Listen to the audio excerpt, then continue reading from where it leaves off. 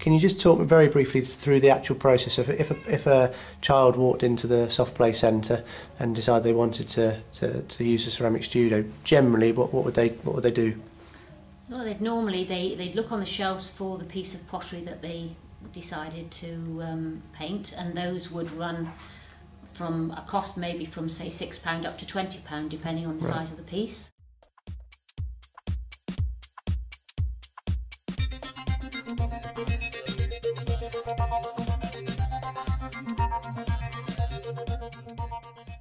And then whoever was running the studio would show them how to use the colour, which is very basic, but you do have to use several coats to get a very bright colour because it's underglaze.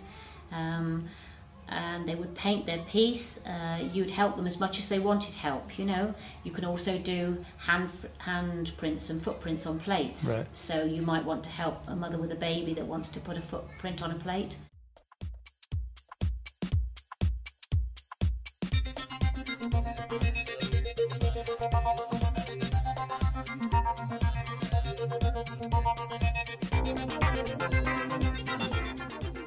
Once they've finished painting their piece, they will then leave it and we would glaze it, or the owner would glaze it.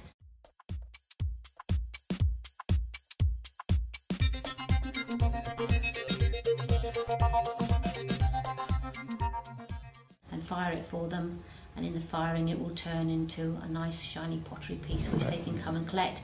Also, because it's fired, they have to come back to collect the piece, so you get them come back to your soft play area for a second time.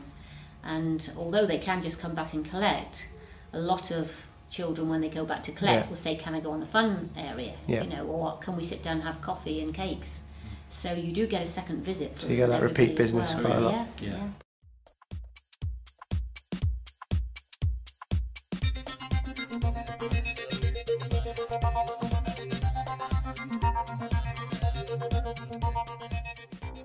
Back to the soft play centres, what space would you recommend as a minimum to get a ceramic studio set up in a soft play environment? Well, about 30 metres as a starting point, and that would give you something like 6 or 7 tables, which will give you 20, 25 people. That could then be expanded in the case of a party where people are much more comfortable sitting close together. Yeah, absolutely. You can perhaps squeeze 40 odd people in, something like that.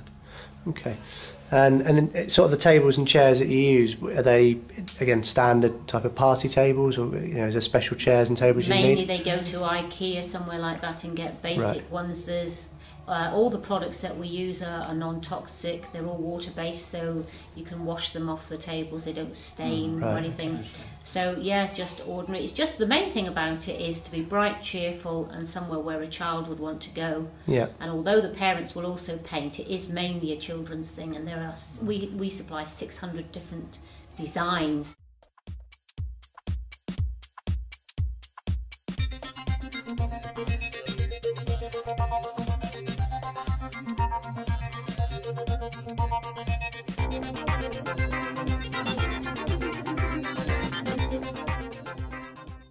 And the actual location within a soft play centre, does it matter if it's does it have to be smack bang as they walk in, or is it better at the far sort of back right hand corner of a play area? Any experience of that? I don't know. I think it's important that wherever it is, the soft play centre manager will steer people towards it in one way or another. It may be that it's tucked away in the corner, but it's essential that it's seen by everyone. And that full advantage is taken of the presence of the cafe.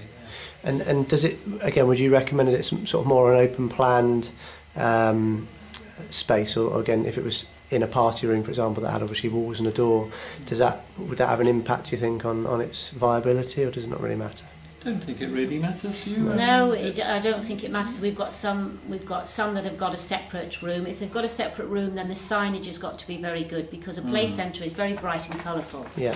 So if your ceramic studio isn't, then your children are automatically drawn to the play centre and not to the ceramic studio. So in other words, it has to be as good. Right. So it has to be as appealing to go into the ceramic part. If it's outside and it's all in open in one, it doesn't make any difference at all. And if you want to, you can just put, we've got some that have just put a little picket fence round, just so that it's a separate area, but it's still open to the public, the same as the soft play area is. Okay.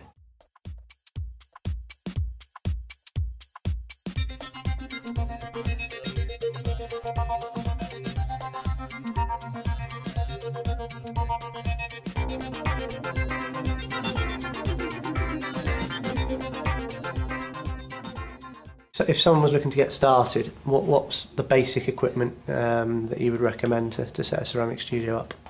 Well, the kiln is the obvious thing, and that's the most expensive item. But you're looking there at something like £2,000, so it isn't a huge amount.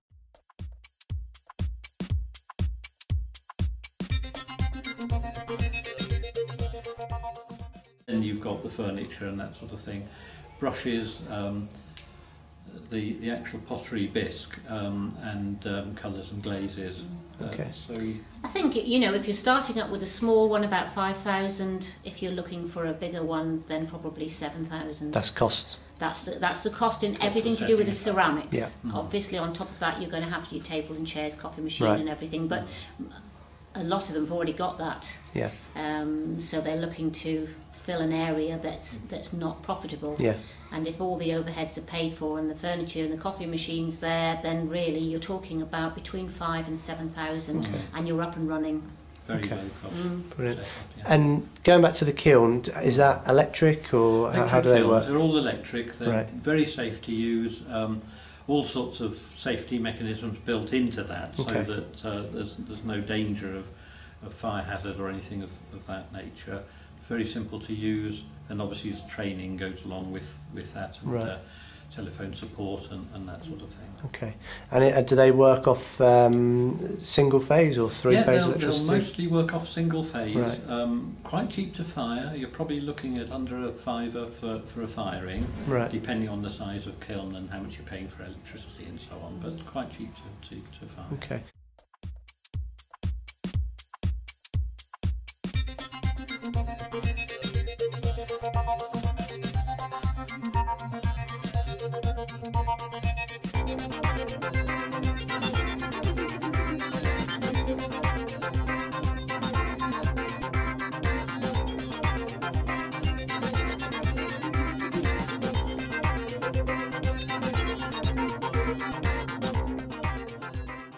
And what about the revenue? And again, I know it can vary dramatically, but if you had to, as an average, what sort of revenues could a ceramic studio generate at a soft play centre? We don't have sort of access to our customers' figures and so on, but you know we can certainly see that you can produce something like 150,000 a year from a really quite a small studio.